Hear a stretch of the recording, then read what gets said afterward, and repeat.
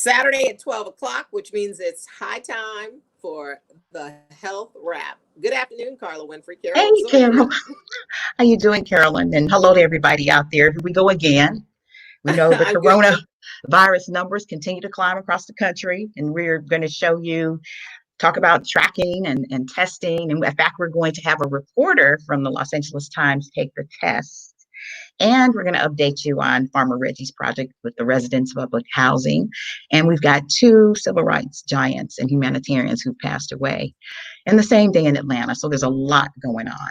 It's been a tough week. It really has. And we're all still just trying to figure out how to muddle through this. We just got a report a few moments ago here in South Carolina that the beaches have been closed, meaning that there is no parking by the beach, which means you're not going out on the beach in order to sit on top of each other and continue this surge. I mean, it's been out of control. I've had people emailing me and texting me and saying, they're out of town. They don't want to come back home.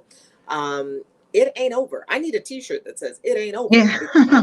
Oh, we've got a hello, good morning from Farmer Reggie. How you Hi, doing? Farmer Hey, Reggie. We look forward to fantastic. seeing the update. I want to know how some of them tomatoes are coming along. Oh, yes. And then Miss Walker, Miss Benita Walker, First Lady's always on the scene. Our number one fan. Our number one Yes. fan. I've anointed her the number one fan for sure. You talked about the testing piece, and that remains along with obviously face masks, keeping your hands washed, social distancing. And people are getting that you want to be tested to know where you stand, and particularly if you're in a situation where you're living around people who are at high risk.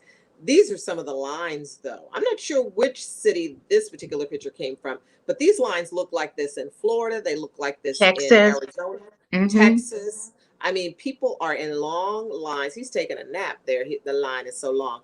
They're in Mm-hmm. long lines waiting to get in and to get tested. But now here is the piece that really kind of just drives you bonkers. They came out with a story this week out of Florida television station down there, did an investigation, and they found that the lab was reporting wrong information. Like they had 100% positivity rate. How does that happen? We know there's not 100% positivity rate. I mean, numbers were all juxtaposed. And I mean, we're talking, as they would say, a hot mess here. So you really want to make sure best you can, you're dealing with a reputable lab. Doesn't help to get a referral to the place that you're going to get the test. I mean, very disheartening after you wait that long, take a test, and then, you're getting 100% positive and you might not actually be positive. And you have to wait 14 days. Well, you have to wait for them to call you to tell you, okay, you're negative, positive. But then if they think that you're positive, you got to quarantine for 14 days. So very Well, inconvenient. and that's another issue, the amount of time that it's taken. That's an issue that our friend Mayor Keisha Lance Bottoms in Atlanta raised after she had her initial testing. She's been tested a couple times. And then, of course, she's like, well, I got to wait 14 days and I still have to go back home and, be a mom and a wife and run my household. And so that was a little bit of a challenge. But in the news this week, we almost need, the bell, ding, ding, ding, round one, right? What is going on in Atlanta? Well, you're in Tennessee. We both hang out in Atlanta. I, of course, grew up there, and you were living there for a period of time. What is going on, Carla? Well, it's K against K, Kemp against Keisha. So Kemp and Bottoms face off in this bitter Georgia mask feud. And it's all over the papers, all over television, all around the world, actually, even to the BBC.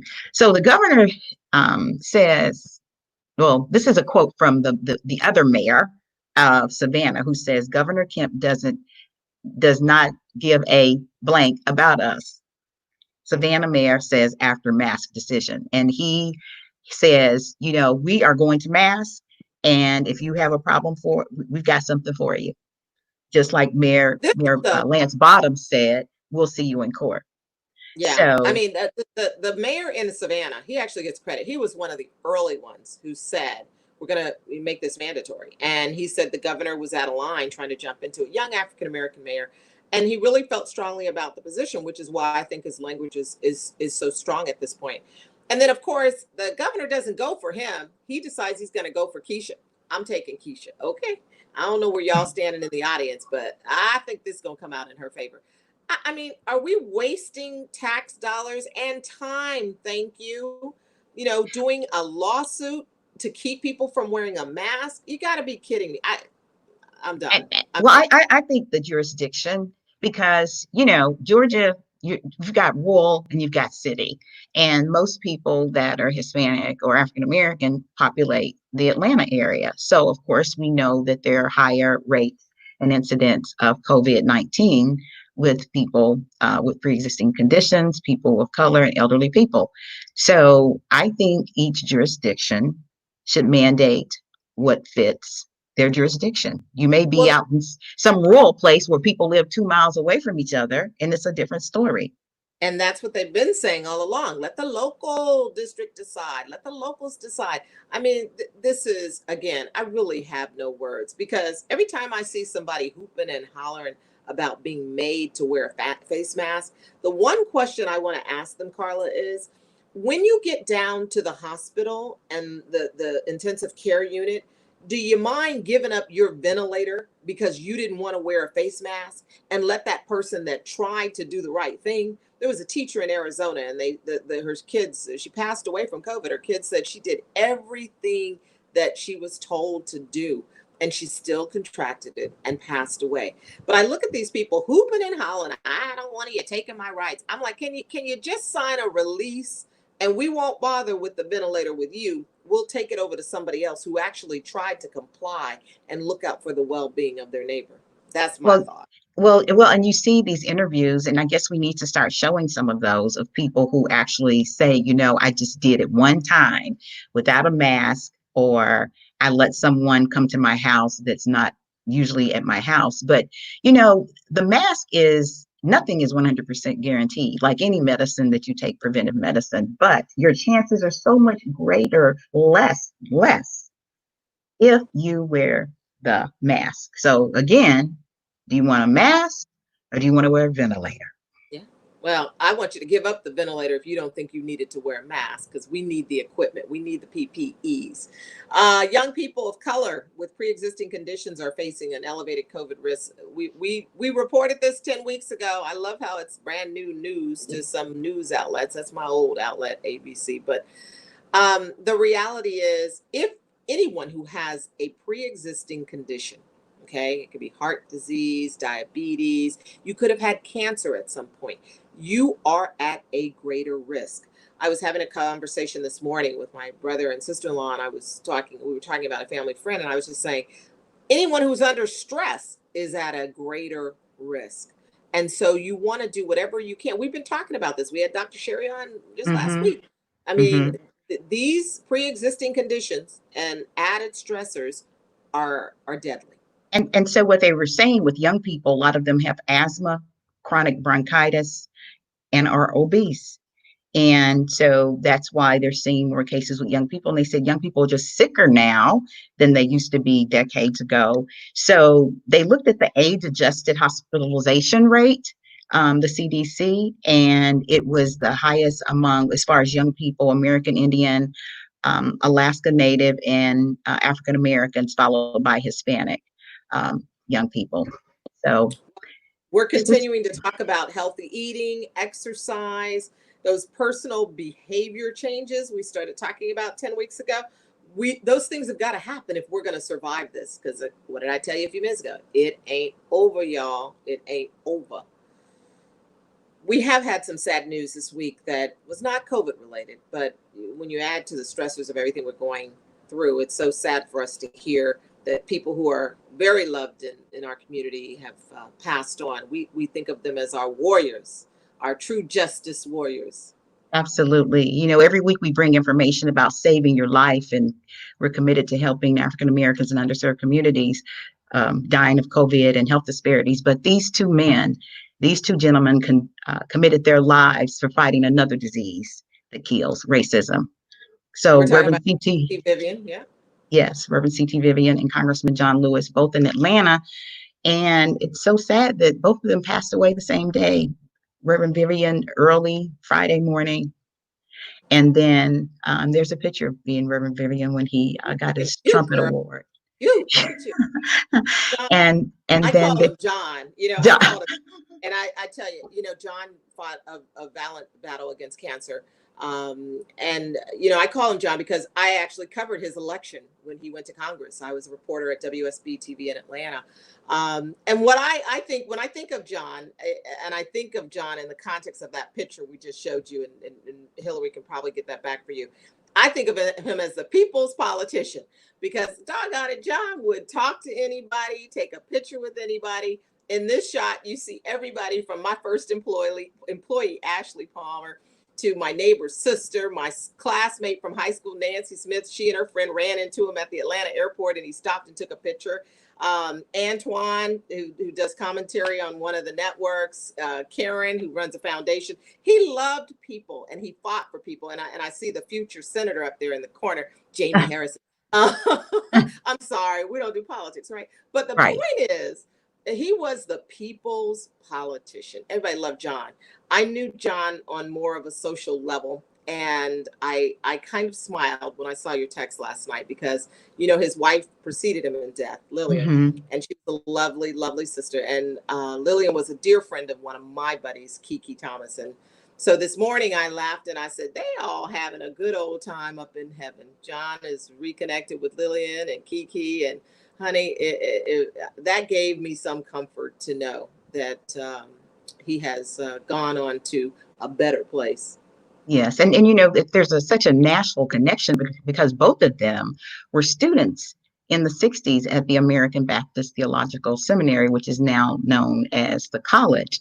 And so that's where a lot of the sit-ins, the freedom riders, for both of them, those experiences occurred. And I remember when I interviewed John Lewis, once I asked him, I said, what was in that backpack when you went over the Edmund Pettus Bridge? That time, that fateful day, the Bloody Sunday, because he says, no one has ever asked me that.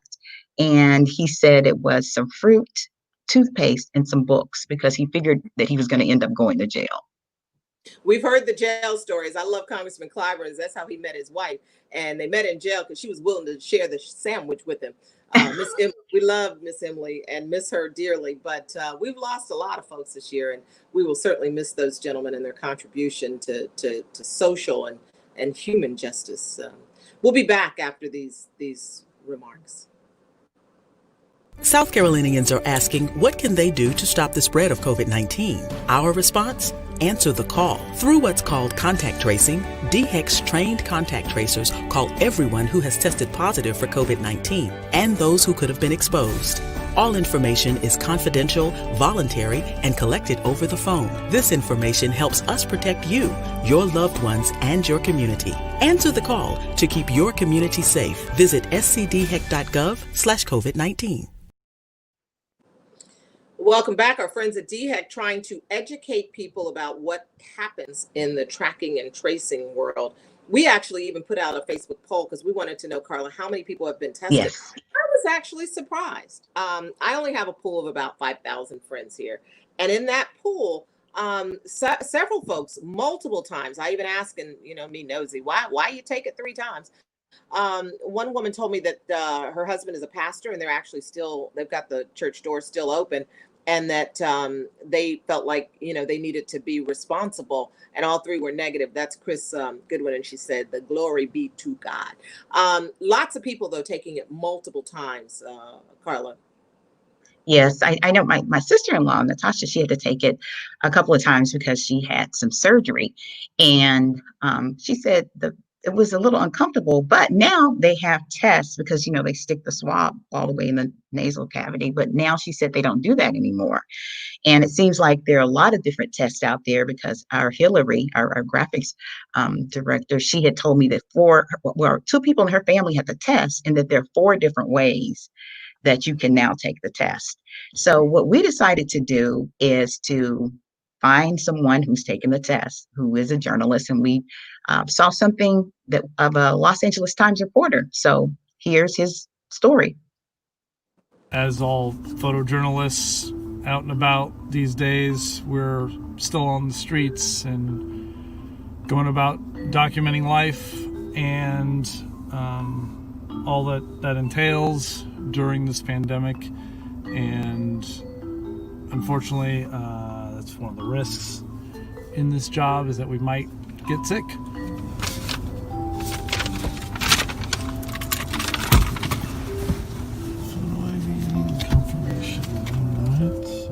I started feeling sick last week.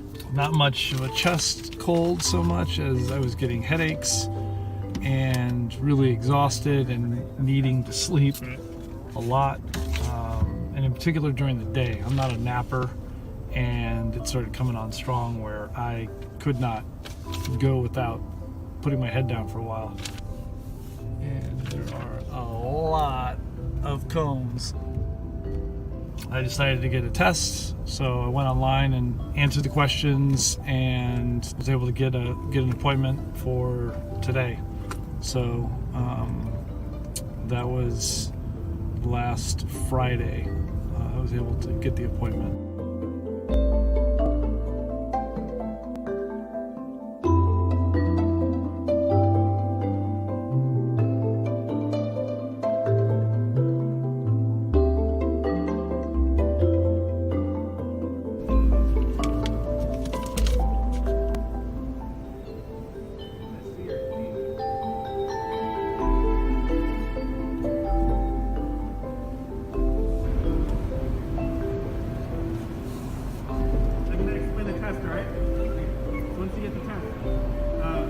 You're going to go ahead and cough into your elbow forcefully 3 times. After that, you're going to get your cotton swab. Swab the inside of your right cheek, inside of your left cheek, roof of mouth, vigorously for 20 to 30 seconds.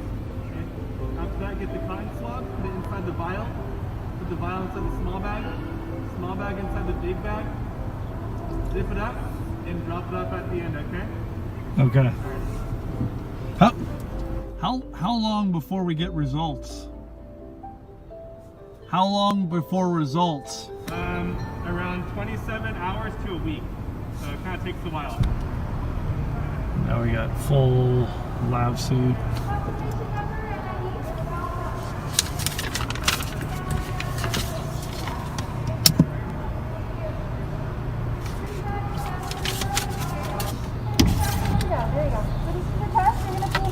You're going to do it in your car up ahead, and then there's a bin at the very end you're going to place it in after. He's going to direct you which way. Gotcha. Thank you. So, I need to cough in my arm.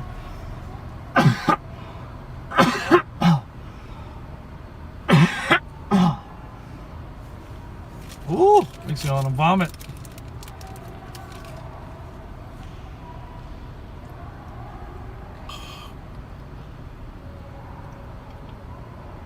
Oh, try not to vomit.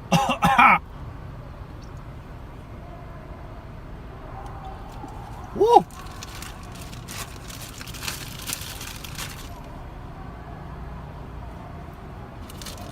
In a bag. In a bag. Woo!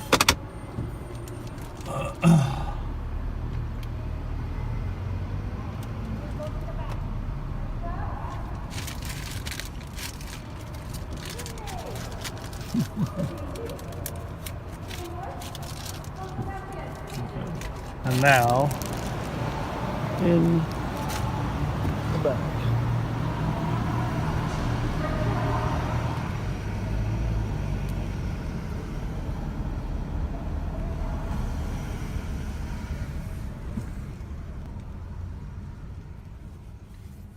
They had told me 27 hours to 7 days, and it took exactly 7 days.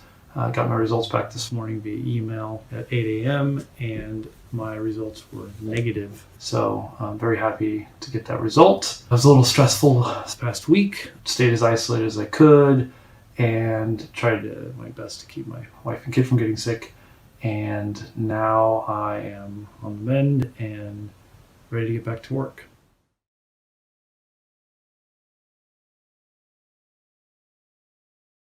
Special thanks to Jay for doing that. You know, as a reporter, I got so many questions, Carla. And I want a doctor to look at that tape and probably answer some of our questions, because it makes you wonder, could he have had it when he had those symptoms? One of them, similar to Mayor Keisha's husband, slept a lot. That's what we're hearing a lot.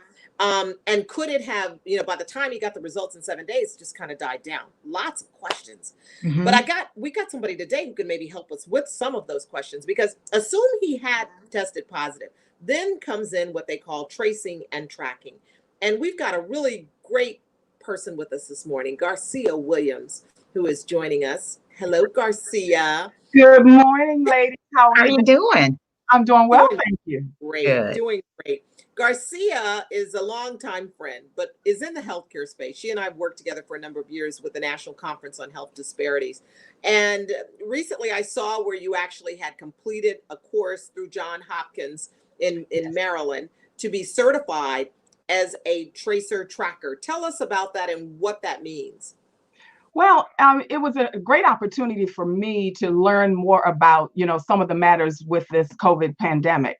And as executive director of the Medi Community Resource Center, we are a resource to our community. And I thought it would be helpful to better understand what this resource represents. So I signed up through the Johns Hopkins Bloomberg School of Public Health to learn and understand, the complexities of everything that you just talked about. And in doing so, it was really for knowledge on my part, but the back end of it is that anyone who takes the course and is certified becomes eligible for employment opportunities. So it was a twofold mission on my part. But the idea is that the contact tracer's role is so critical to that individual once they have been diagnosed. And I think that's the key, as you said, the time frame from the onset of symptoms to the actual diagnosis. There is a gap now because of the large number of tests that are being conducted. So the results are not coming back as soon as, one would expect them to.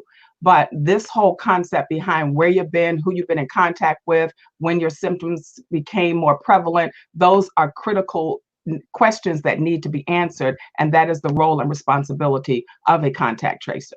So Garcia, can you walk us through the steps? I know you ask questions, but do you have a form, computer, or tell us what you actually physically do? Well, I am not actually a contact tracer. I'm certified to be one, but the process that they've outlined in the training says that there's technology that is available to you, and it is a virtual job opportunity. It's not a face-to-face contact. So you're given information relative to those cases, and you have to reach out to them within a specified period of time. And in doing so, you do have a series of questions. And the primary one is to track where you've been.